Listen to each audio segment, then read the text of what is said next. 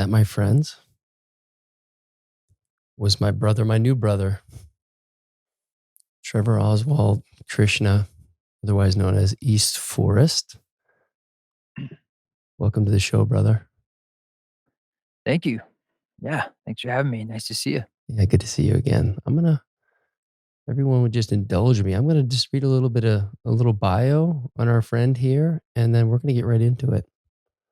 So, Sounds good. yeah. So East Forest is a unique bird in the Wild West aviary of electronic chamber music, bridging the digital and natural realms.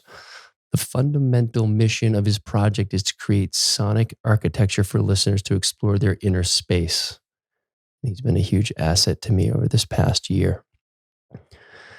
As a leader in the field of wellness, which is important to know, he offers a spiritual yet non religious pathway aimed squarely at the challenges of our contemporary lives. It is a process of opening doorways through myriad offerings, including his music, talks, writings, podcasts, and retreats, which unfortunately his one in October was had to be postponed. And I was really looking forward to that. So we'll look to 2021 for that one. East Forest invites patience, which has been a new practice for me. Patience, while typically thought of as kryptonite in the instant gratification, hyperspeed world of music and modern life, it might just be the medicine we need. And East Forest comes through in such a beautiful medicine man way that we're going to get into in this podcast. Nature indelibly made a huge impression on East Forest, who grew up in the Pacific Northwest. Making his way to New York City, which I'm so interested to hear what that experience is like for you, he discovered indigenous traditions and their relationship to both sound and ceremony. Eventually, he started leading underground shamanic ceremonies across the country as he began curating his own source recordings from guiding sound meditations and therapeutic psychoactive psilocybin mushroom ceremonies. And I'm super excited to talk about his album, Music for Mushrooms, which is now winnowed down from a 5 hour recording to vinyl ready, just under 60 minutes. So that's been amazing to have, play that on my vinyl. Playing in the shadows allowed the patient sound of East Forest to emerge an emotional and spacious lexicon born out of a practical need to play solo for 6 hours in a goal of developing a protocol and musical landscape to guide a room of listeners in deep inner meditation. I've had the great fortune to be a part of a handful of his live streams, which are all on YouTube. But I look forward to inviting East Forest to Austin to do it in person, hopefully in early 2021. As a teacher and facilitator, East Forest has trailblazed a path in the wellness movement, building connections between the digital and natural worlds. As a leader in the burgeoning field of organic tech, he regularly cross pollinates his work to bring together the intersection between technology, nature, and the human experience with a brain body approach aimed towards non religious, yet deeply spiritual personal development, a methodology grounded as much in science as in ritual and ceremony. I'd love to talk more about where the science comes in. I especially love how NPR describes East Forest. East Forest is tied to both nature and to everyday urban life, giving it the qualities of a sort of ethereal and mystical modern day fairy tale. It's just blissful. So that quote may have sounded odd, and so we're going to get into exactly what East Forest is, because I know a lot of people, myself included, refer to him as East Forest, but that's not exactly accurate. So anyway, that's my All right. my lengthy intro. Without further ado, welcome, brother. I'm so pumped for this. Yeah. Thanks, man. Thank you. Thanks for the graciousness. Happy to be here. Yeah. So How have you been spending your time lately? I know obviously the touring is on hold. And as I said earlier, retreats aren't happening. And so, what are you doing with the exception of the live streams? Like, what's East Forest doing right now? Well, I went through a lot of changes, when the COVIDian times hit us, and, it to be honest, they've been largely really positive. Um, I don't think I would have stopped the treadmill of touring and traveling if the entire world didn't stop. Like, it would take something that drastic for me to say, like, "Okay, alright, I'll take a break." What It's a did hard your thing. what did your schedule look like prior to that? Like the touring and the Oh, like, what was man. the Well, rat race for you? the last 5 what in 2014 was sort of my first foray. So the whole project started in 2008, and the first chunk of years was really just doing these underground, medicine ceremonies. So there was no real public element to it, and there was not even really a commodification going on. I had my first record out, "The Education of the Individual Soul," and it was free. This was back when we were downloading music off, like, iTunes and stuff, and I put it out for free because I was really adamant that it was a gift. And the next records were just from these ceremonies. They were just live, feeds essentially that were whittled down into little albums that I mastered or had mastered. And I wasn't sure people be into that because it was very different. The first record was a studio record, and these next records were sort of this ambient. It was Crystal Starship, and was one of those records. And anyway, in 2014, I applied for South by Southwest, and they accepted me to give me a showcase for some strange reason. So I was like, I had no real. It was an odd fit, because it's a lot like bands and rock bands. I think they probably accept about, I don't know, 1,000, 2,000 bands for showcases, and then there's another, like, 10,000 that are just doing their own thing unofficially, Yeah. and I was really excited, and so from there, I kind of used that as a way to, like, get on the road. I drove to Austin. It's a long trip and tried to hit, like, little gigs on the way, anything I could find, and on the way back. And then I got picked up by Wanderlust to do some a whole series of events in the summer. So that took me all around the country for the whole summer, and that started to build an audience. And but then things started to really pick up. I'd say around 2016 or so, 2017, and then the last few years, I felt like I was just always going somewhere. Like I'd be home wherever, either here or Southern Utah for like a week or two, and then I'd be back out and then back and then back out, and a lot of one-off gigs, and then I'd usually build like a week or 2 around that with more gigs. So I went to China last year, like right before COVID hit. I was in China, which is weird. Um, Yes. I assume you weren't playing in Wuhan. no, I was in, outside Shanghai in Shenzhen at this festival, which was really cool. But that was in, I think, November.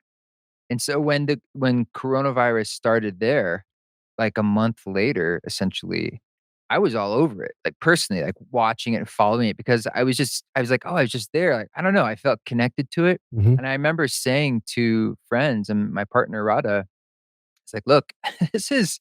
I I don't know why, I just felt like there's no way that's gonna be contained. This is gonna be a huge deal, it's coming. And everyone's like, "What are you talking about?" I'm like, "There's this virus over there."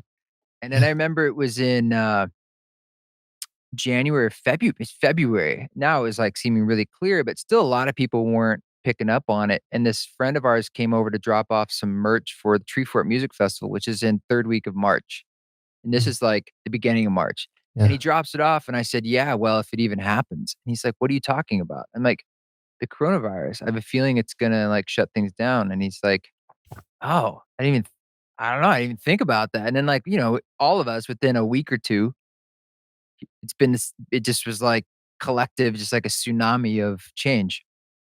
So I also lost, or I shouldn't say lost, I mutually left my management company the same weekend that the lockdown hit. which at the time felt strange and coincidental. But looking back, I'm like, oh, this was all this grand design of massive shedding of skin. Ooh. So at first, it was really scary because not only was my revenue stream cut in at least half, but my my team, which is a very small team, was gone. And I was suddenly like adrift and like, I don't know how this is gonna work out. I don't know what I'm gonna do. But I knew deep down there was a truth saying, this is right. You just need to slow down and give it some space for something new to emerge. So the past however long it's been, 6, 7, 8 months, I've just been really satisfied creatively. Just been doing a lot of I've been working on a new record and I wrapped that up, which is this wonderful journey, and been doing some beautiful collaborations. And that's been fun, getting into other people's worlds. And I've been working on a book. And I actually started that right before all this dropped. So that was kind of good timing. you know? Yeah. Yeah. Um, so yeah, man, been busy, and it was, but not traveling, just going just here to Southern Utah, back and forth between my two spots, and I really enjoyed not being on a plane. I mean, I was that guy who was all like really watching my Delta status and points and which seat will I be in and the luggage and all the stuff. It was really I was really wrapped up in like the drama of traveling. And I've enjoyed not doing that. I miss connecting with people a lot, like, that Yeah. was very nourishing, I miss that.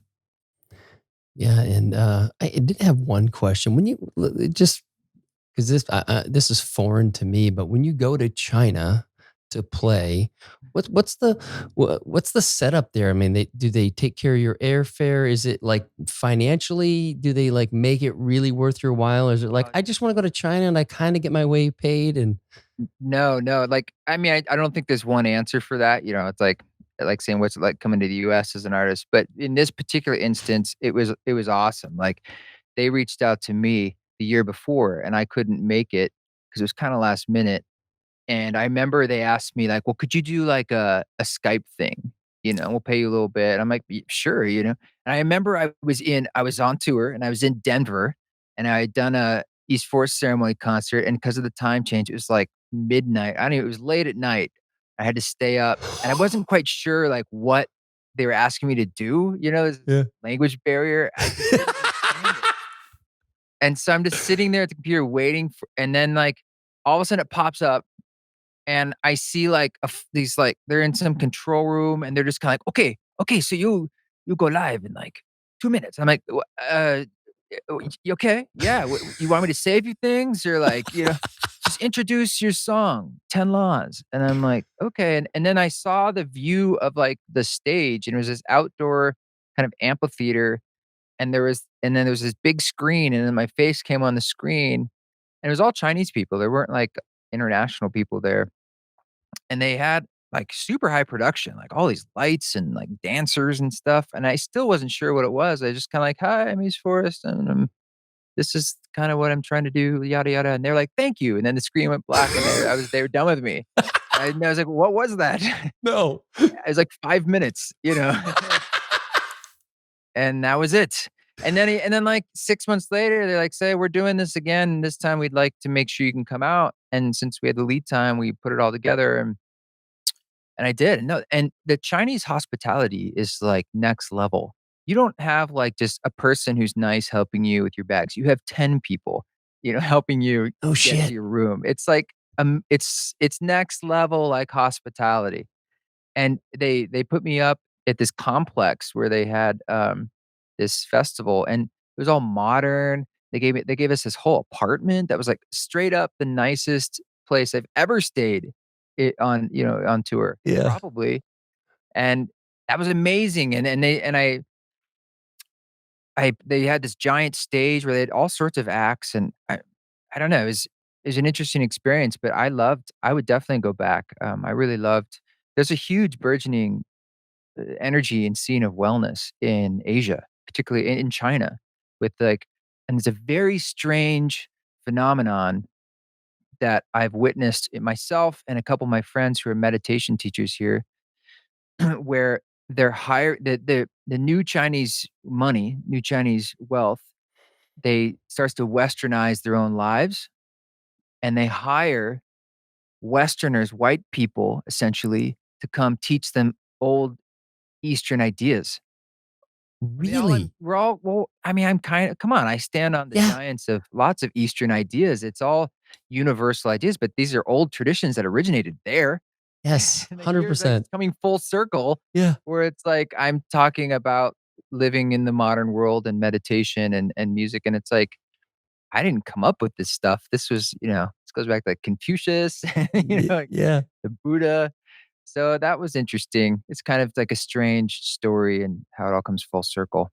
Yeah, and then I think as Westerners, we look towards the East because as you said, that's like the Yeah. foundation of that inner work and kind of, for me at least, speaks for myself, but that's as I've been kind of deeper on this journey within the last, 2 to 3 years, it's been feel this big pull towards the East to just have a better understanding of me and what that means with the soul. And so it's really interesting that yeah, the roots are there. They have their own experience, but they almost appreciate the translation the way that it's transmuted through the Western side. It seems to be something to do with evolution of culture. There's this Western thing. It just seems to be how there's a progression of culture and for better or worse, but people's waistlines tend to get bigger, they get Those poor thicker. I mean, that's yes. what happens everywhere, like in Japan. Anytime they can get money and it happened to us. I mean, Yep. and it's sort of like gluttony. So, uh, but but they have such an incredible history and such a huge country, and um, the people are really cool. And it was cool too at the festival, like to see the different types of people. It's just like when you go around here, it's like, oh, those are the Chinese burners, and Yeah. those are the Chinese tech nerds. Oh, they're the hipsters, Yeah. you know, Oh, that's and that was awesome. cool. I love seeing that. It's just like people are kind of the same everywhere. Mm, yeah, well said. Now, I mentioned it earlier. Can you give us a little background on the birth of East Forest? Yeah, I've told that story many times, but essentially, I was in New York City, and it was in the 2000s. I was in my 20s, and I was doing the whole, like, fame game, trying to make it. I was an actor, Oh shit. and I went to graduate school for acting, and, uh, Any so I was roles? Any real anything we'd see in? yeah, I mean, I for 10 almost 10 years, I did it professionally, but a lot of it was, theater, so that stuff comes and goes, but a lot of it I kind of found a niche doing a lot of new plays, which was really cool because just feels like you're on, I guess, the edge of whatever's being born as opposed to and that was cool. It was like new playwrights works and helping workshop stuff and then be part of the productions, but did the usual film and TV that's in New York. I did one, but this actually relates to music in that, I did one part in the movie Hitch with Will Smith, and it was like one day of work, right? With Eva Mendes. I never met Mr. Smith, just Eva and some other people, and, I didn't think too much of it. It didn't pay a whole lot, films don't pay a lot, and then the film comes out, and it's like a bazillion people see it, right? And you spend 10 years and I did some plays that I was really proud of, right? Yeah. Really proud of. Nobody really saw them. No one's going and that's that. But I was like, wow, that was hard work. And I was just like I was doing the best I could do and all the skills I knew. And then you do this one day on a film. And I would be I swear to fucking God, to this day, that was how many years ago? 20 years ago, maybe more, Yeah. at least 20.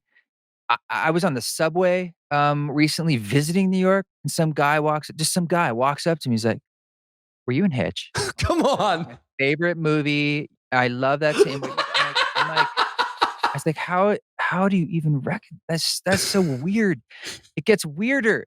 I was in Germany performing, and this is a long time ago, and I used to go and just try to scrap a tour together, and I'm playing at some gig It's some small town in Germany, and they set up a fairly large audience, like 300 seats, and there's maybe 4 people there. And it had rained all day. So, like, I think everyone assumed the show's not happening, but they did it anyway. So I play my set. I'm kinda depressed because 'cause I'm like, "Man, this is just." I've had so many gigs in my life. You're just like, I just wanna quit. This is so hard, you know? Mm. You flew all the way, you do the thing, you drove probably for 2 days, and there's 2 people or 3 people, 4 people. And afterwards, there's a tradition with a lot of European gigs. They give you a little place to stay, and they give you some food. So I'm eating food in the little restaurant. It was sort of this complex, and there was some other events going on, like a film. And some girl is in there, and she's talking to me, and she's coming up. She's like, wanted to talk to me. And I'm like, oh man, thank God. It's just a human to human, somebody like connected. Even though it's 3 people, it's like maybe that's why I was here. It's like soul to soul. Mm. She says, she's like, I just wanted to ask you something. She's like, were you in the movie Hitch? Because that is my favorite movie, and I've seen that movie like 100 times, and she never mentioned the performance once. It was just, like, about that one day on this thing, and it shows you the power of, like, Hollywood and TV and stuff and, like, what that can do, how it creates things like Trump and so forth. I mean, it's very powerful.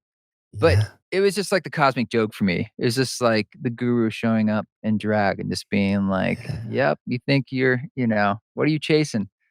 And, uh so, that's Mm. a long tangent about when I was in New York and how did East Forest happen. I was an actor and I had bands, I was into music, I was always into music, and I had this pop rock kinda piano, indie piano thing band going that I was really serious about, but I was just, like, pushing, pushing, pushing, and it wasn't really going anywhere, and, excuse me, and, in 2008 rolled around and the world started to fall apart. Mhm. Occupy Wall Street and the recession and Eh, just like now, Just and like now.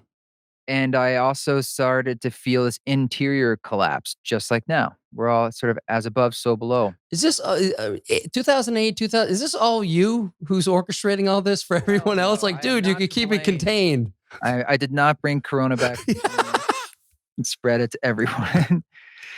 Um, no, and basically I started seeking because things were collapsing. And so things weren't really working like that because of the collapse. The acting wasn't happening much. My band that I've been pushing for 5 years, I felt like it was just like I just kept replacing drummers and there were alcoholics involved and all these just got harder and harder. And my day job was photography, which was a great day job. I did a lot of portraiture, but that went with the economy. So work was kind of slowing down. So work was slowing down and yeah, man. And so this is when ayahuasca was kind of in the shadows of our culture. For And sure. I had friends who were I've always been a seeker, who had experienced this and they invited me, and I was just not interested because I had read one article about ayahuasca in Rolling Stone about Daniel Pinchbeck, and he had an eye shade, a diaper, and a bucket to vomit in. The I'm like, diaper's I a don't tough one. yeah, I'm like, I don't understand why you would want to do this. Um, but eventually I did do it, and I had a very powerful, beautiful experience, and I had had other experiences with mushrooms before that in my life that I didn't understand, but were very informative for me. Mhm. And so then I really started to just everything started to explode for me on the interior landscape, and I started getting into meditation and more ceremonies and learning about sound healing and how music leads yourself through this experience, how it's the central vehicle of the ceremony across all these cultures and history. And because things were falling apart, I had some time and I had just the motivation to say, I want to make music for me that's a tool for me to use in these experiences, particularly with psilocybin, or it was inspired by psilocybin because I'd had certain experiences in my life that were profound with the combination of music and mushrooms Can at certain moments. can you explain that a little bit for people? Because a lot of my listeners have never had, that kind of ceremonial experience and maybe don't understand just how, like, the music is the really the lifeblood of the experience, or can really guide it. And Well, it traditionally, if you look at like an ayahuasca ceremony, which is the container of that ceremony has probably been the same potentially for thousands of years. And the songs the shaman sings in the dark while you're in this experience, the Icaros, it's pretty much all that's going on. And they look at the songs themselves as the tool of the ceremony. It's calling forth this the spirit of the ayahuasca. So it's critical to them. Not only that, not just on a metaphysical level, but just as I said, it's that's what's happening. That's what you're hearing. There's nothing to see aside from the any psychedelic visions you're having. yeah. So there's just this music that's like your anchor, and it's like the guide that's taking you through this experience. And things like the rattle or a shaker or the branches. This is also in training your brain, which we now know, which is what gets you into sort of a trance state. And in these trance states, your mind is very receptive to essentially, it's like being in light hypnosis, like planting seeds in a way. It's a liminal space. Lakota sweat lodges, the same thing. They're very strict about how it's done, and so that's so you know it's been done like this forever. And it's also about song in the dark, and the song is again the backbone of the experience. We could go on like this, where you look at San Pedro or peyote. So I paid attention to this, and by experiencing these different ceremonies, I was learning experientially what that technology is, and then learning what I could about modern sound healing knowledge that was out there. And so we could learn what can I do intentionally with the music. And as I said, had certain experiences that weren't ceremonial. I just stumbled into moments where maybe I was listening to music and there's a moment during the experience with the mushrooms that was totally ineffable, where I felt like I was in this space that I can't explain, but it felt more real than I've ever felt. And it felt more important to me about like, oh, that's what consciousness really is. That's who I really am, kind of thing. And it Mm, was so important and beautiful, but I had no elders, no one to explain what that was or how I got there, how to get back, nothing. They were just like these very powerful personal moments I'd had. So I wanted to repeat that. And that's why I was trying to make music for myself to use to get there. And that's what I did that just on my own, just really for fun. There was no agenda. I had no intention of selling it or commodifying it because I thought no one would be interested in it. And it's weird. And anyway, after a year of doing that, I had an album, an experience, and to honor the influence of the psilocybin, which is the active ingredient in magic mushrooms, colloquially known.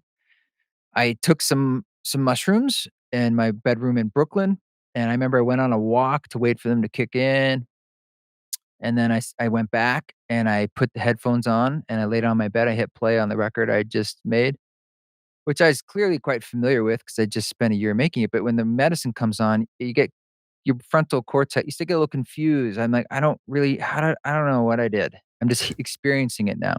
ah, And as I went through this journey, it's only a 45-minute album, but it was like a lifetime.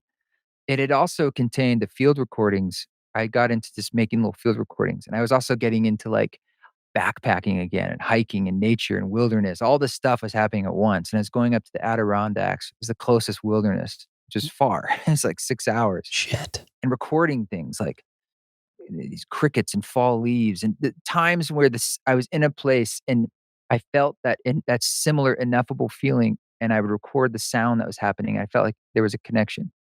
But I also recorded things like my parents and places I'd went and people talking and just urban sounds in New York City, just stuff. Yeah. And I put it all in there. It was woven in there.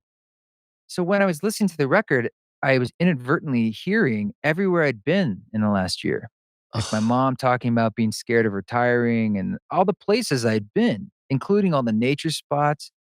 And of course, there's all this synchronicity happening of like, and when it ended, it felt like my soul had tricked my ego into making a musical tool to use in that specific instance in order to transcend and now into like a new sense of being. And I felt like there was before that and there was after that. And I remember I stood up when it was over and just felt like exploded with this love and like I can't believe that this just happened. And I took the headphones off. I swear to God, just like in the movie The Matrix, like I breathed and the whole room like breathed, like stretched, like, Yeah. and I went like, whoa, or something. And then the whoa like reverberated off into the cosmos. And Yeah. I was just like, I felt like I had been reincarnated. And that was the beginning of East Forest because that lit the fuse for everything. And I could continue how it all went from there, but I mean, that was the seminal moment, September 17th, I believe, and it was just kind of the day of illumination. Do you It's the most recognize beautiful thing that ever happened to me. every year do you kind of recognize when September 17th rolls around? Is there any Yeah, yeah, I tend to take note of it for sure, but it more than anything, I try to use that experience as the rudder of my ship, like my North Star to always remind myself when offers come like China and you're negotiating fees or whatever it is, the commodification that ensues, to remember why I'm doing this and my original seed that I had planted and to stay true to that because I have to do that every day. And it's a dance. And that's sort of the dance we all do with our consciousness and our minds as we are in this modern world, but we're spiritual beings, we're animals at the same time. That is what it means to be a human being, but I wanna stay true and remember the saliency of that memory, of that experience. Yeah, and I love that as you said, like it's one of the things that's drawn me to Buddhism. Not that I've gone deep into the work, but just the idea that not only can it be both things, but it actually is both things. And to recognize that I do have to negotiate fees and I have to do these things, but it doesn't have to be the one thing I focus on. It's like I can do that and still stay true to what, what the gift is, what I'm here to share, how I'm here to serve. And it's like it's the intersection and the intermeshing of those things that I think allows us to feel like we're in both of those worlds and we're not just sitting on a mountaintop checked out like I'm just here to be spiritual or I'm just grinding to try to make as much money as I can. Yeah, yeah, it's always a dance. It's the dance of life, and so it's been a wild ride, man, since then. I never would have thought, like, that would lead to, like, us talking today and all like, everything that's happened be since then, but I am just filled with gratitude that I've been bestowed any gifts or opportunities, and my job, I feel, is just to step up to the plate. I'm not responsible for what comes through. Like whatever came through in that record is what comes through all of us. It's the larger universal. It's the oneness, and that comes through all of us all the time. It's just how do we open up to it? How do we transmute it? How do we uh, let it? It's about that's what we talk about flow state. I really feel like it's a flow. It's coming through you.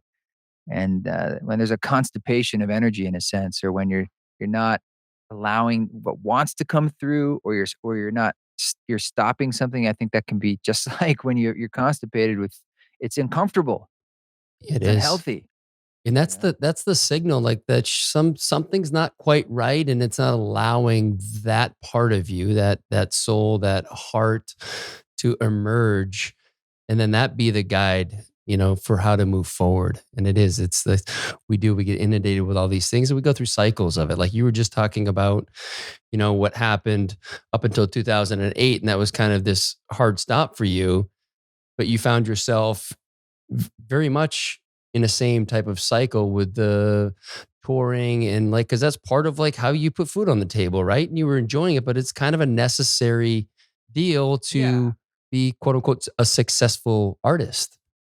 But I kind of I mean, I took many years off there, so to speak, but no, I enjoy the game, and I always have to keep an eye on myself, like, am I wrapped up in burning the fire of the game? Like, I don't want the map to become the territory in a sense. What's that mean? Uh, like, I don't want the game to become the whole thing. Yeah. Like, it's not. It's the icing on the cake, and you can enjoy icing, but you don't wanna forget it's the cake's underneath it. That's I mean, it's sort of I was talking about the North Star that I'm aiming for all the time. I can't control these storms that are happening around me, but I can point the ship. And I have to do that continually because the weather changes every day and Yeah. the world changes every day. And you have to always check in about, why am I doing this? Or is this thing, this opportunity, or what I'm doing in I'm really here just to serve my own soul's journey, as we all are. I trust that if it's in service to that, it's in service to the greater good. Meaning like what, and that might not be what I quote want, but it's probably like that's what's best. But I don't know what that is. I just have to trust and watch how that flow goes. And it's a process of loosening the grip and listening and learning to get in touch with that intuitive sense. And over the years, I just try to like attune that antenna of like, so I can suffer a little less because I'm like, I knew at the beginning, perhaps I knew, but I had to go through all the machinations until I could come Yeah. back to that. And now maybe I can try to shorten that process and just trust the knowing, Yeah. don't go through all the hoops. Yeah, and it's like I was saying kind of in the intro, it's really exercising that patience muscle. Like, can I just be with this right now where I am and just trust that whatever I'm about to embark on, whatever is about to present itself is the right thing for me versus really trying to get that sense of control. And we know, like, there's just the illusion of control, but that's what, for me, that's what really binds me up is when I'm really trying to pull the levers on several different things.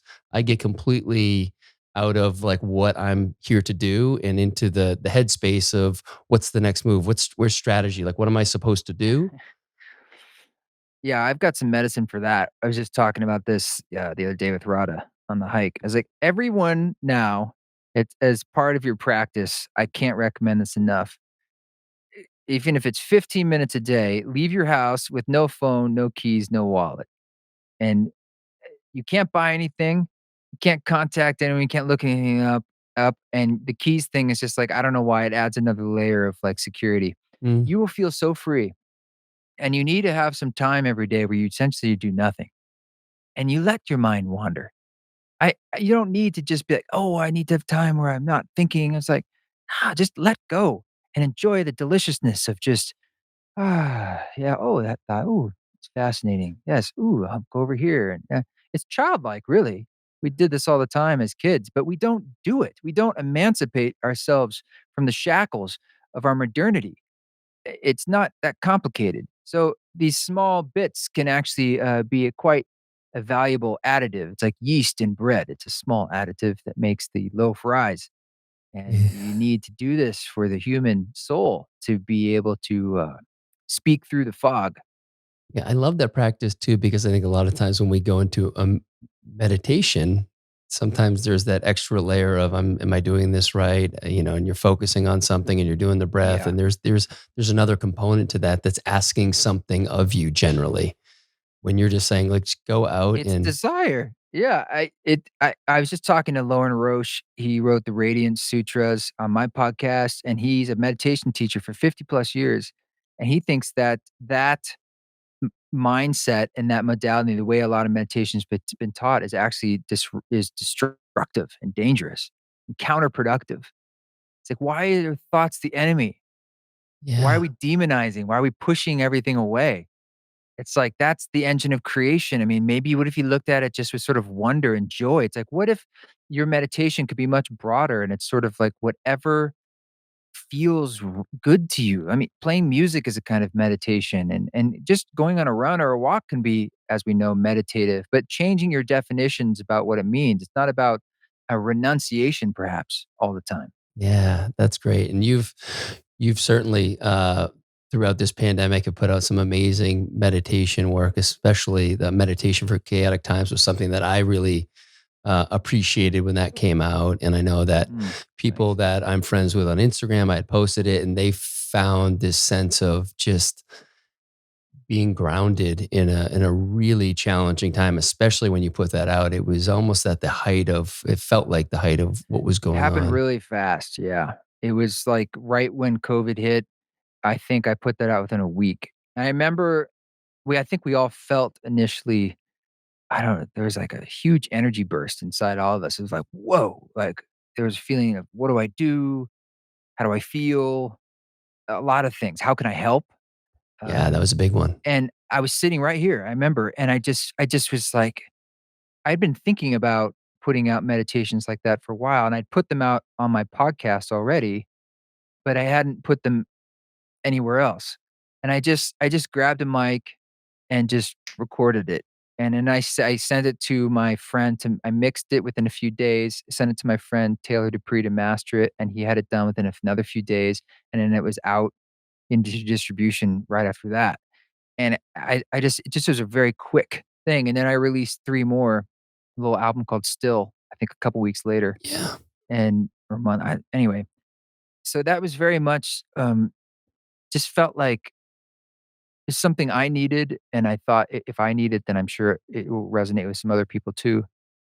I'm looking for those kinds of simple meditations that are they're guided, but they're very much about the felt experience and really working to just gently and easily cultivate into that feeling of infiniteness, that feeling of connectedness, and letting go of things. And there's a peace in that, there's a love in that, and there's a reassurance in that.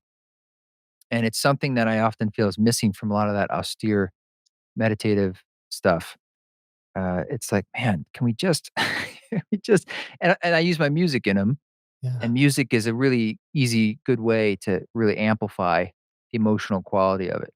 So, Yeah, amazing. And we'll be sure to link. We're going to link to a bunch of stuff in the show notes, but yeah, that in particular. And I would be remiss because you had mentioned earlier, like us here today, like who for me, this I feel like started back when I was gifted three of your albums by our brother I Kyle. remember that. Yeah, Yeah. Kyle Kingsbury, and you were performing for the Fit for Service, I believe. Yeah. Where was that? Oh, that was in Probably in California. Cali. Yeah. Yeah, it was a big group, and we did a ceremony concert. And then afterwards, I remember him coming up and be like, "I wanna buy 3 records. I want you to sign them each for a guy named Cal." Since I wrote it on the front. Yeah, yeah. Yeah, I remember that. That was Yeah. beautiful, and that was my start of learning about obviously your music first, and then that took me down this is kind of how I operate when I find something that I'm connected to. I just go deeper into it. That's why you've seen me on three of your East Forest councils when you've done the Yeah, live thank you for that stream. support. Yeah.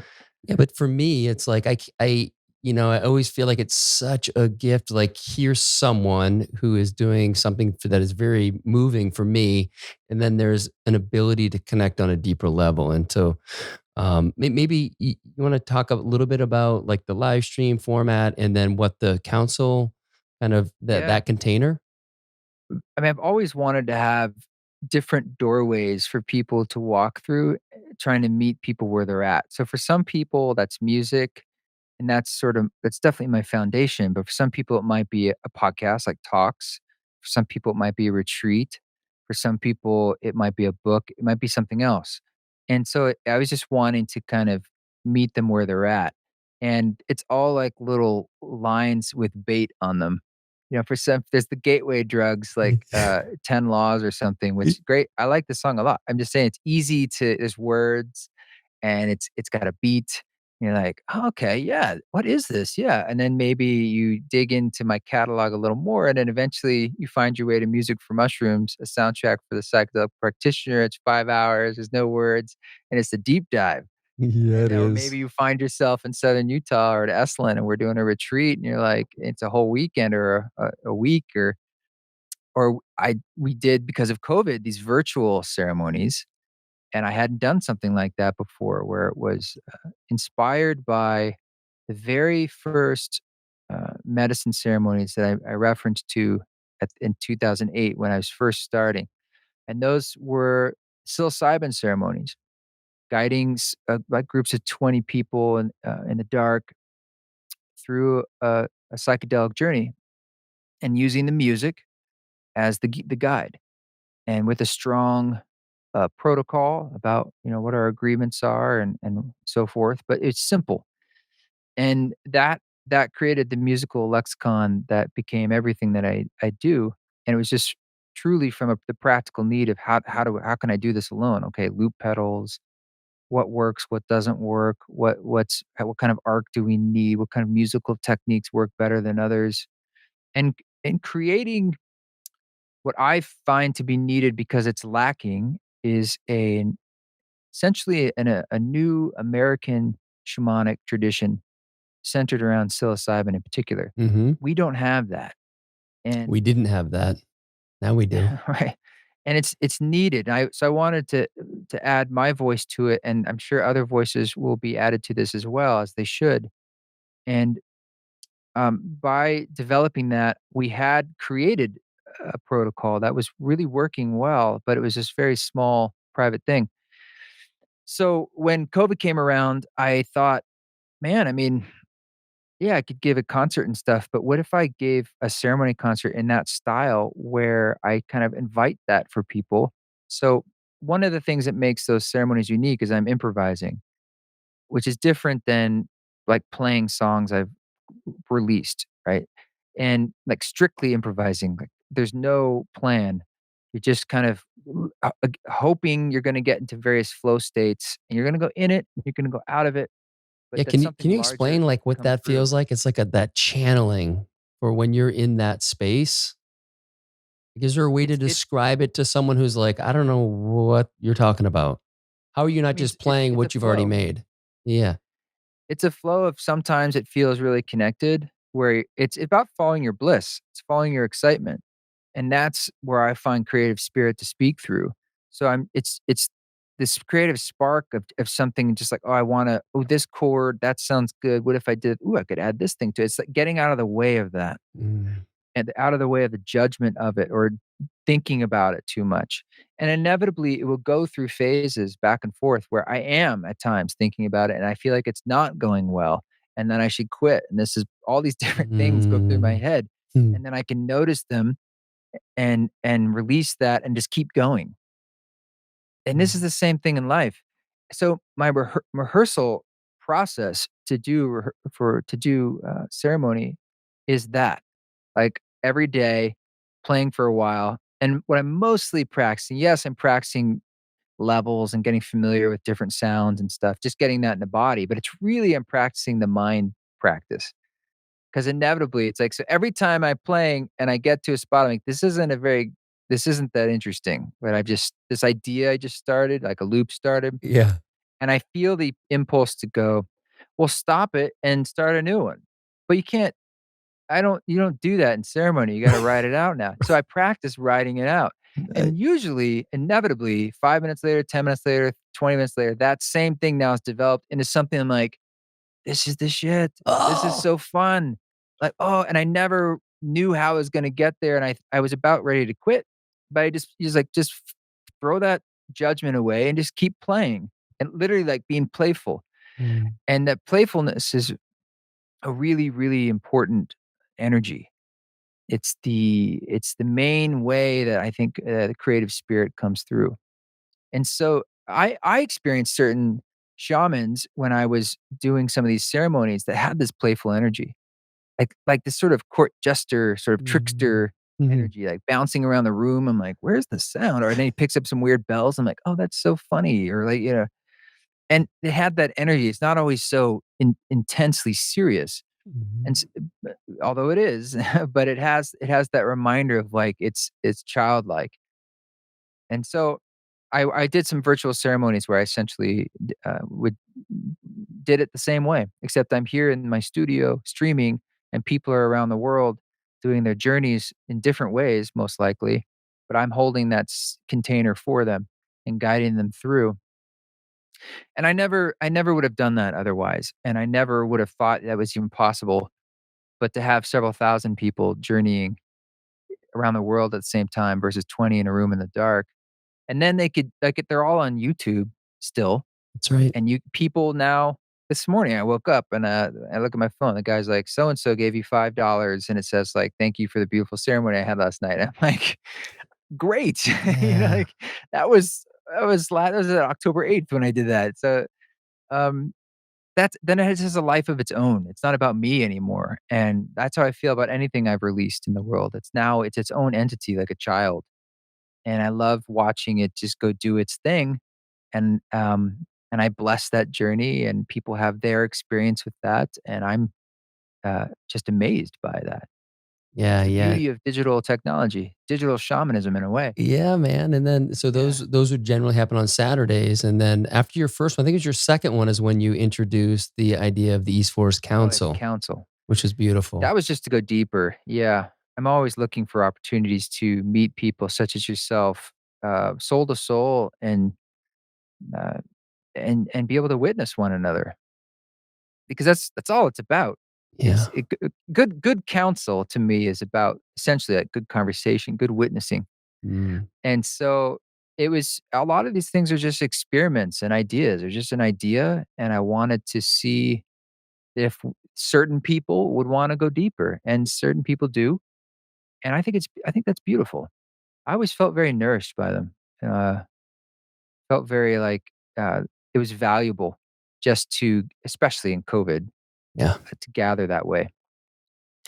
And I'd like to find more opportunities for that.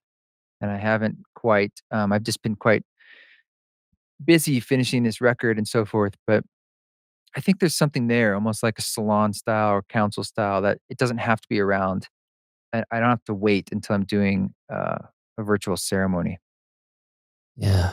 Awesome. And then, one of the things I think I mentioned it earlier, from your album, Music for Mushrooms, you came up with, actually, I thought was such an amazing title, Spores, which as someone who's big into vinyl, I love that I could actually play that Yeah. that style on my record player. Yeah, Rada, my partner, came up with the I have to give her credit. So, Fucking the name nailed it. I'm like, Spores, that's so good. yeah, it's brilliant. It's like, "What do I call this, like, shorter version of the record?" Um, I had it was it's hard to fit that much music on a record. Records I usually thought like about that. to I'm be like, like he's never gonna. Was it gonna be like 8 albums? Like, how's he ever I gonna do know. this? It's constant issue of I think about 18 minutes is the usual limit, and I think those are 24 minutes. So it's what is that, 48 minutes is the whole thing. Yeah, There's this guy, Dietrich, that cuts records and he can do it. He's like, I had to find like a guy who could do it and do it well. yeah. And then I'm going through the same thing with my new record that it's going to be 24 minutes aside.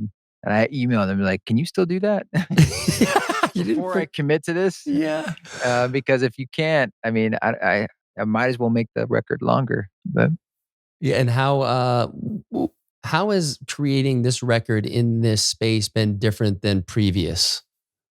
the one I just did, Yeah. Is it yeah. is it is it done yet? Is the mastering done? Is it just a matter of Mastering's getting it? not done, no. I mixed it, but I'm it's called Possible right now, and the process was a bit different because, I do like to oftentimes, depending on the record, but this one was a studio record, I wanted to bring in people to play on it, which is hard to do, Oh and shit! Yeah. it was hard to do, and I had certain friends that I really wanted to be on it who weren't comfortable, so they weren't on it. Hmm. And we went through the things like, well, could you do it at home? And could I like zoom in? And that some of that didn't work. And so I had to stretch those limits. And I did go to Portland to record some folks in a studio. And we just like wore masks. And when they were in the ISO booth, they didn't have to. So that worked. And that was just tracking like some strings and bass and stuff. And then I brought some members of the Boise Philharmonic here into this studio in Boise, and they just wore masks. It sucked. The masks sucked. It was really hard, but Hmm. is really no. We had to shut everything. I couldn't like get lots of airflow during the takes, Oh shit! but we Yeah. did it. And I worked with an arranger, Lorna Dune, is her artist name. She's an amazing musician, and I had written some string parts, but she helped me kind of expand them and take them to a bigger level. Mm. And then I recorded them, and so there's a lot of strings on this record. And some of the string parts, I mean, one of them I'm really proud of. It's very contemporary classical. It's a song called "Undying," and it's it's so beautiful. The piano's just doing this really simple thing, really low, and the strings are kind of building but there's essentially 9 string parts. But every time I recorded the string parts, there are 3 players with 5 mics. So now there's, all those tracks. And there's so many tracks. It's the first time my entire like system like crashed just because like too many tracks. Like, Yeah. and mixing it was a nightmare, but it definitely felt like taking things up a notch. And it was very much in the energy of everything that's happening and this idea of possible and this idea of I've been thinking a lot about infinite possibilities. How that's always the case, that there's infinite possibilities Hmm. in the next moment. But we had a kind of certainty, a false narrative before that we knew what was coming next. And we could certainly plan in a way that felt, but you really didn't. If you were honest about it, it's like, well, we don't know. Nobody knows. And that's still the case. Hmm. And this idea that what is possible and the possibility and the role of individual choice in that, not just being a victim and playing with this energy of the germination of choice. And so that was very much in my mind when I was writing and recording and mixing this record. And I'm excited to share it. And I also pulled 2 samples from my podcast and used those as like people talking in my songs. One's Bio Akomolafe, who is just this beautiful soul. And we had this amazing conversation. And "Shit, I'd never done that before." I was like, "Why?" I mean, I couldn't. It was just using what you can. I only use field recordings that I've recorded. And I was like, "Well, I recorded those," Yeah. And the other one's Lorraine Weiss, who is actually the saxophone player on the Ramdas record. She's a saxophone shaman, which is extremely unusual Mm. uh, and beautiful soul too. And we had this beautiful conversation, and so I got those 2 people doing some talkies, as we like to call them. Yeah. And then there's several songs are instrumental and some of it's kind of ambient pop, orchestral pop, and then some of it's like contemporary classical for sure.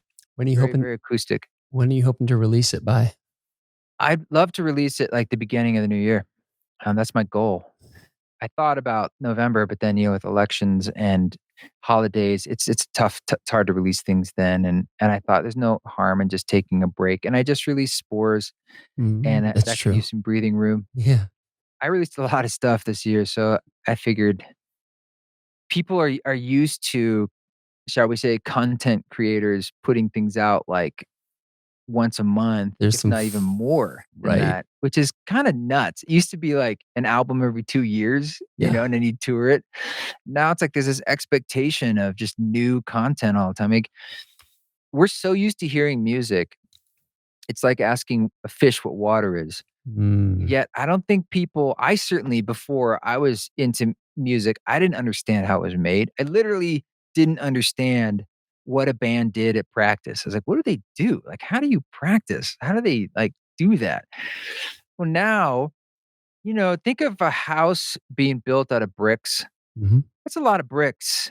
And end of the day, every single one has to be picked up, put mortar on it, and put in the wall. And you Yeah. might have 100 guys, and that's gonna go a lot faster, but if it's one person, it just takes what it takes. There's no way to avoid that every single brick has to be touched by hand, mortared, and put in the wall to build the house. Same with an album or a song. Every single piece is, worked on, EQ'd multiple times over, listened to, changed. It's very time consuming, and just to create something and then to have something coming out all the time, it's a it's a bit crazy. So I hope that doesn't accelerate because it's impossible. But Well, you can that's all up to you, brother. You don't need that to yeah, I don't feel like I'm forced to. I think a lot of us have been stretching our releases out. So it's like you Yeah. release instead of just dropping an album, you release a track and then another track and then another That's track. right. Yeah. And so just in a practical sense, just to give people maybe a little bit more framework, let's say you've written all the music. Okay, like I've got all the music day 1. Now you've got to Well, record that and never happens. Yeah. oh, Day one. No, day one is like I have nothing. Well, I'm saying we're And starting. That's going to be day one. You've written all the music. Okay. oh, And the so now, music's all tracked. Okay. yeah. So now you're going to go play it in the studio from that moment until we get to hear the album. What does that generally take for you in a normal period of time? Um, well, assuming so you're saying you're going into mixing essentially. Once I go into the mixing stage, it could probably be several months of mixing, and then mastering usually takes a month or two. And then you're also then doing all that back end stuff of like artwork. And then if you're, depending on where you're at in your career, you're doing things like hiring publicists and working with a label and making a plan. You might have a whole tour schedule planned around it. So you need a lot of lead time, at least 6 months to get all that stuff. You're just kind of your ducks in a row. Mm-hmm. Um, so maybe a year, 6 months to a Damn. year minimum, at least 6 months. I mean, because the mixing and the mastering and the planning, probably 6 months. But the whole thing, it's hard to do it faster than a year from start to finish. But depends on what it is. I mean, if it's a like the music for mushrooms, for instance, that was recorded in a ceremony live and improvised. So essentially, it was written and recorded in one weekend, Mm-hmm. right? So it's very different than laboring over something in a studio where you're continually to revisit it and rethink it and rework it. It's like, well, that's done. I can't change that. Then it just becomes a process of essentially mastering it and working on the artwork and stuff. So it can move a little faster, but it's still like, I think that one, when it was recorded in July of 2018, it came out a year later. So That's amazing. Well, that's good. it takes a while. That gives me some really good context for what that process actually looks like. Now, you'd mentioned Ram Dass, and before I switch gears to that, because I think I'm Yeah. fascinated by that relationship in the work that you've done with that. But uh, with regards to you collaborating with other musicians, he's been on your podcast. He's a dear brother of mine. But any idea that you and Porangi are going to do any work together? Have you guys discussed it? We I could think we've chatted, just casually, but that'd be fun. He's such a sweetheart. I mean, such a deep soul. So, yeah, man, add that to the list of cool things to do. Yeah, I'd love to see the two medicine men get together and really share that. That'd be amazing. Yeah. No, thanks for the reminder. He's Yeah, he's a great guy. Yeah, I'm glad I crossed paths with him. yeah, no doubt. So I'm gonna play everyone just a little clip from the album with Ram Dass, and then we'll kind of unpack it a little bit.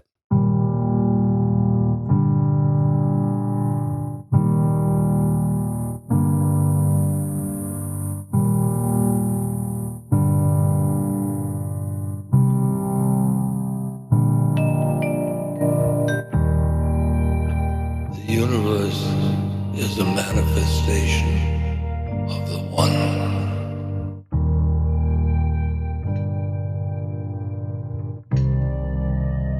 And the oneness is inside the soul. The soul is our real self.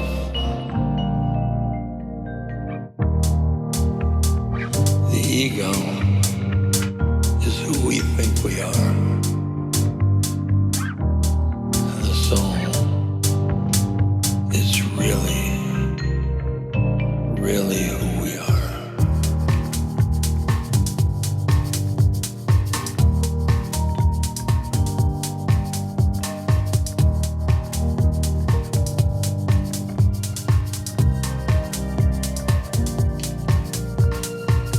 Soul comes from the One, from the God. And we are spiritual beings visiting humanity.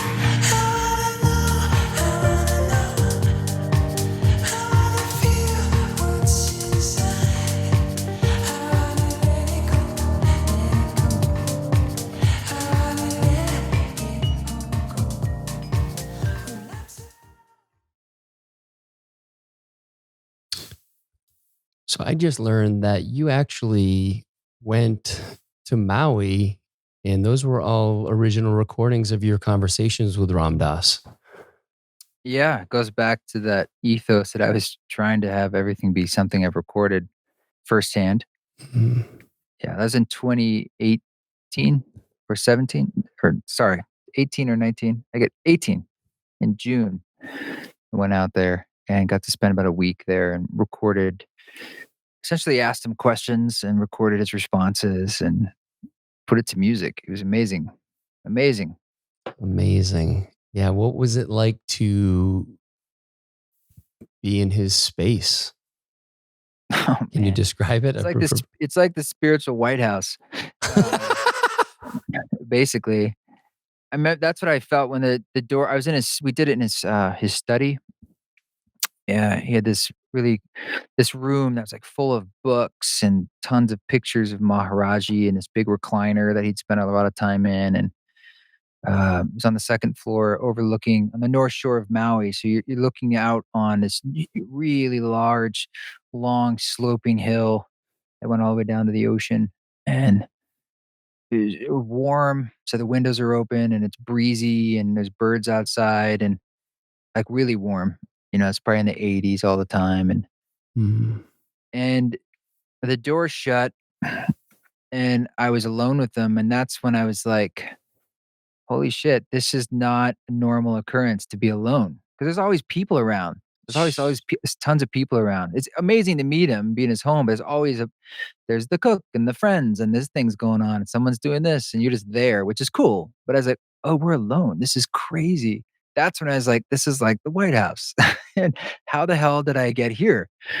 Uh, and I thought someone was gonna come in at any time and be like, "You're not supposed to be here. Yeah, who is this guy? Get out of here."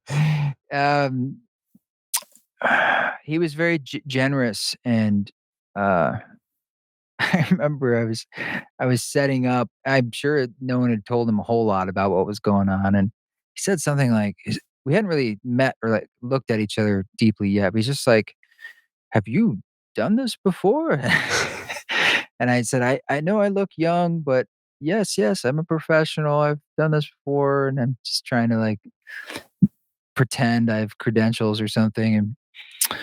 And setting up the microphones, and then I hit record, and it was just the two of us, and he finally like looked over at me, and we just like locked eyes, Mm. and he was just like we just eye gazed, and I was just kind of floored. I was like, and it was just pure presence, pure love, no judgment, just there. And I was like, this could be it. Yeah. Then I remembered we're recording. I thought we'd have a conversation. And he doesn't talk a lot, but I thought it would be more casual, and I just grab little snippets here and there. But he wasn't saying anything. And I was really enjoying it, but I was like, "Oh shit, I need to ask questions." And I hadn't prepared a lot on purpose. A little bit, but I didn't want to have like this is my list because I was like, I don't know I didn't know what wanted to flow through. Mhm. And I'm not there. I didn't want to be there to decide. I wanted to be there to be of service to what wanted to flow through. And ultimately I wanted that to be his decision because I'm putting essentially his life's work, his work to music. It's his work. Uh, And so I kind of just posited questions that were framed around what I thought was relevant to what's going on, like modern stuff. And I wanted to give him the opportunity to speak to that. But what I didn't realize is that what he would say would be so unbelievably beautiful and succinct and humorous and poetic with imagery, just like nailed it. Yeah, Mm. the first question I asked him was about nature, about because I was looking out at the ocean and I was hearing all the birds and the wind, and I said, everything that's going on and all the depression and the addiction and the suicide and all the challenges we're all facing and the technology, how can we use nature as a way to thread this needle? Or what do you have to say about that? Something like that. And he just paused for a long time So I wasn't sure if he heard me right, or if he's like, "That's a shitty question," or I didn't know. He's just not saying anything, but he had his beat, and he's just kind of looking out at the ocean for like a minutes. And I just and the one tip I got from people was like, just be patient because of the aphasia. He had the stroke. He has very long pauses. It takes Mhm. him a long time to connect. The thoughts are there, but it's hard for him to say it. So don't like fill in the blanks much. Don't interrupt. Just wait. So I would just wait.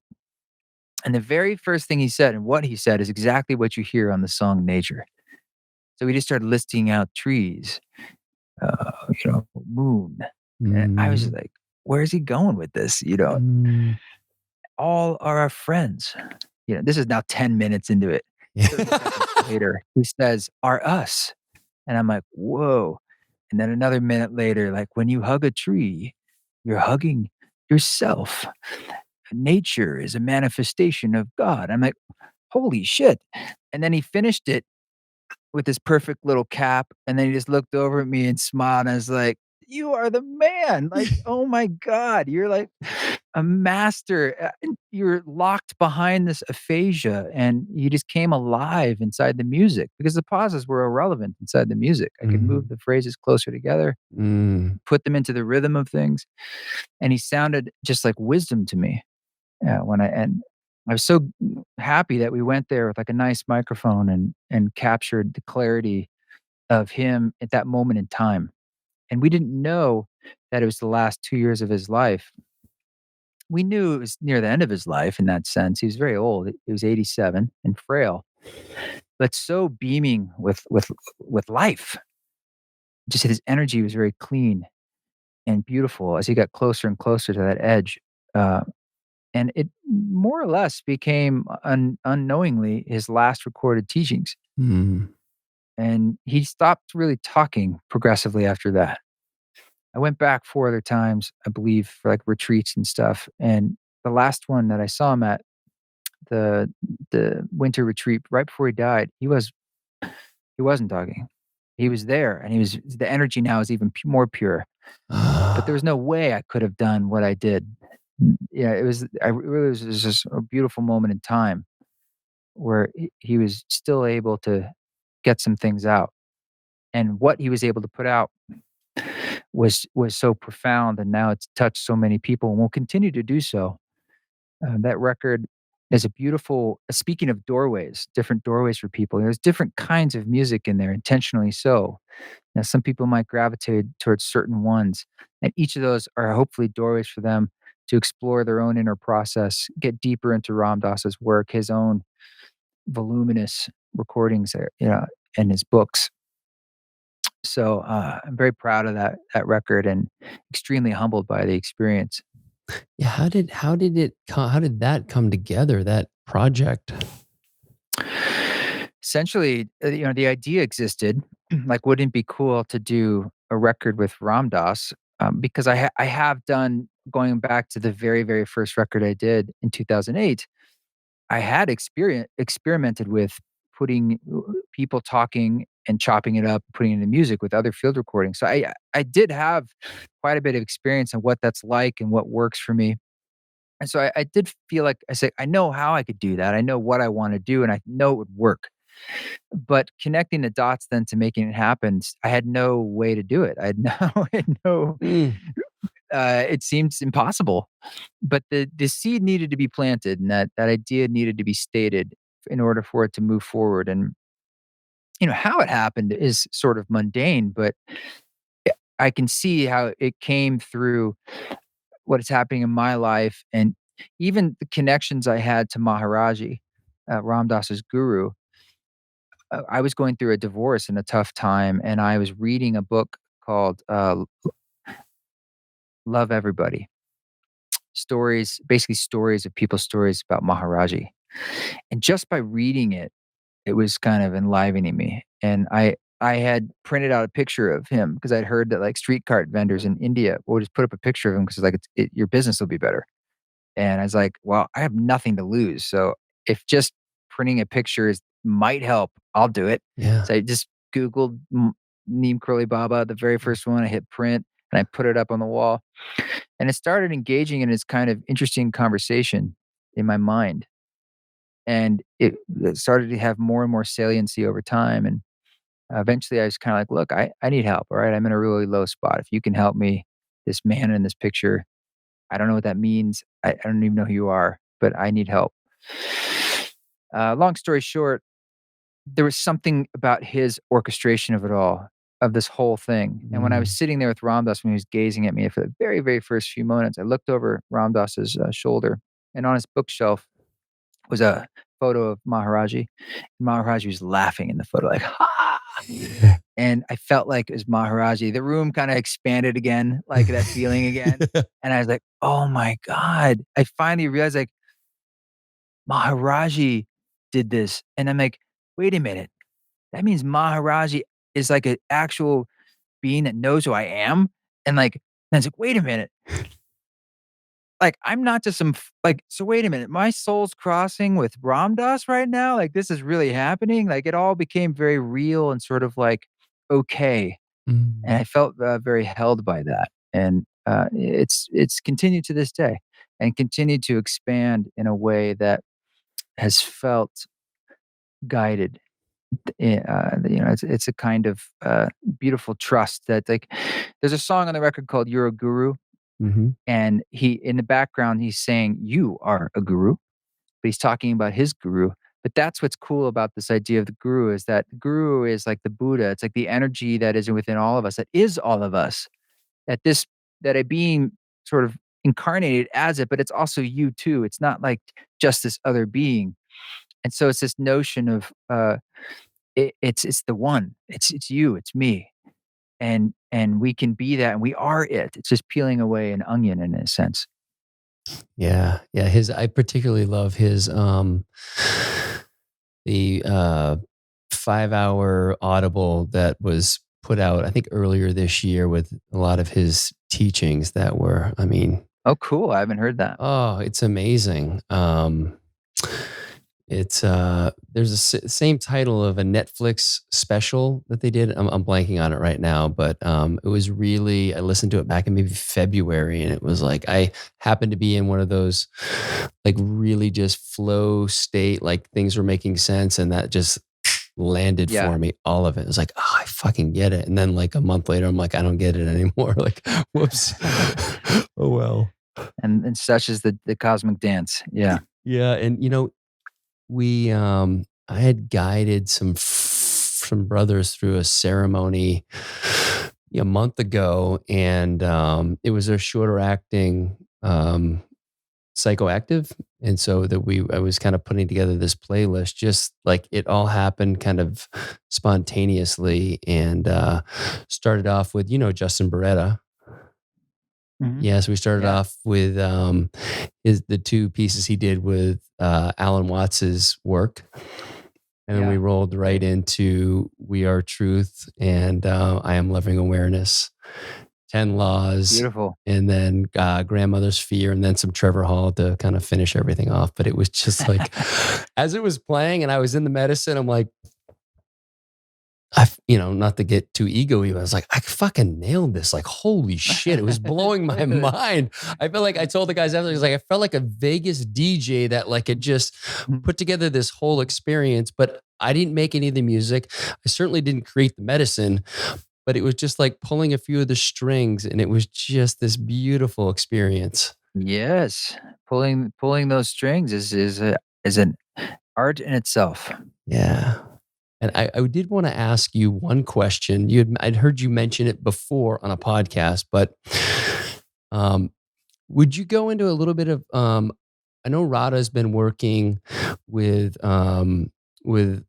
assisted therapy with ketamine. I know you've had a little bit of experience with that. What can you share with people just to give them maybe a little different context that ketamine isn't necessarily this street drug that has this, has a kind of an interesting reputation, but that it can be, super beneficial when used, obviously, in a therapeutic sense or with intention. There's just It's been around, but there's some interesting research that it can be beneficial for treatment-resistant depression, chronic pain, and anxiety, among other maladies. And just speaking anecdotally for myself, I had a really powerful experience in July in the therapy session that was confusing. I still can't totally make sense of it, but I can say since then I have felt quite less anxious and stronger. I can't say it's just, I don't know if it's because of that or not, but it's a pretty stark difference.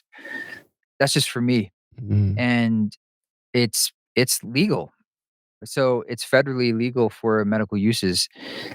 So it's something that people can access in if they want to see if this might be a good fit for them. And it's another sign of, promising um, applications for certain kinds of psychedelic work. It's very power. It can be very, very powerful. So, definitely good to walk into it with a lot of some kind of practice, or having that container, someone helping you out. Yeah, tread lightly, but I'm with you. I've had a few of those experiences where a little maybe confusing, but by and large, it's been a really useful tool for me to kind of explore really like kind of what I'm here to do. And it for me, it kind of it's almost like it cleans the windshield and I get super clear on I feel like it's what my soul's path is. And it actually, while I'm getting that kind of download, it just lowers all that anxiety about me not doing enough and I should be doing this and doing that. It's like, no, it's all good. It's all Yeah, so good right now. just peeling away the onion, man, Yeah. and figuring out what's already there. Beautiful. Now I'm gonna play one last track here, and then we're gonna let people know where to find you and all your beautiful work. Cool.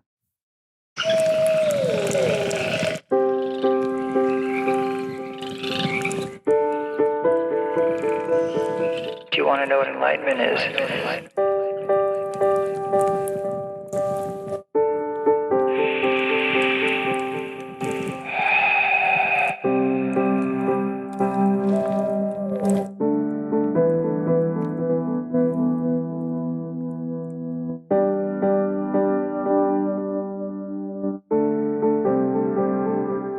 It's with you every moment. It's a back and forth. Letting go of your attachment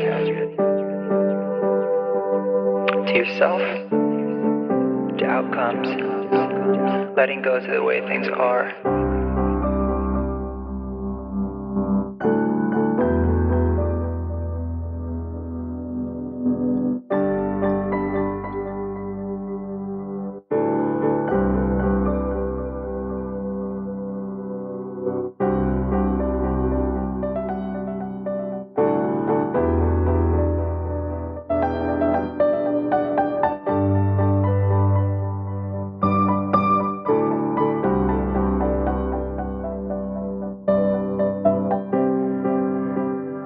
If I could let go of everything, or I could let go of right or wrong,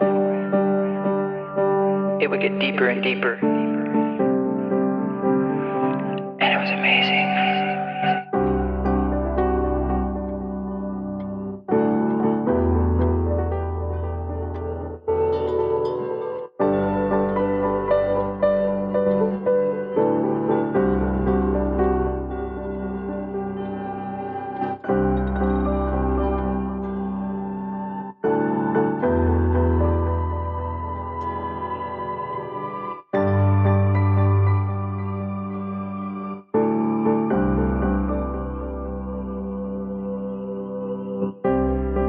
I could sense the lifetime of judgment against myself.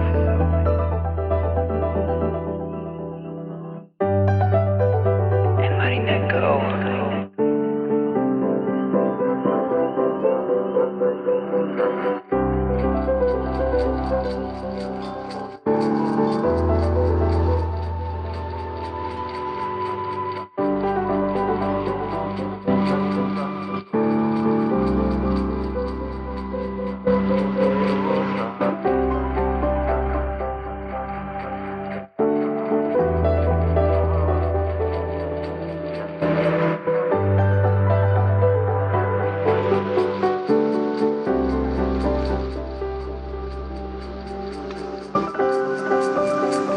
less breath. Instant bliss returns. Instant infinity, infinity, infinity. I didn't transcend my ego. We became partners. Became teammates.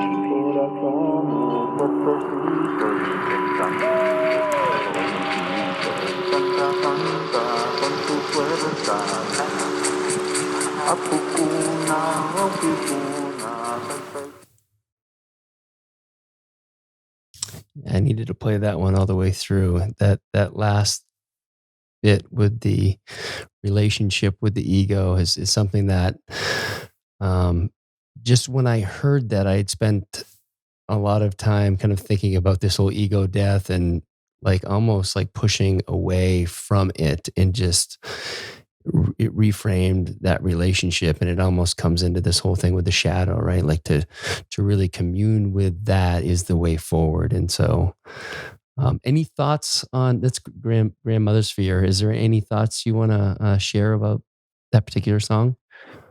Yeah, you hear the first line, "Do you wanna know what enlightenment is?" And then after that, you hear a deep breath, and that was actually the answer to the question.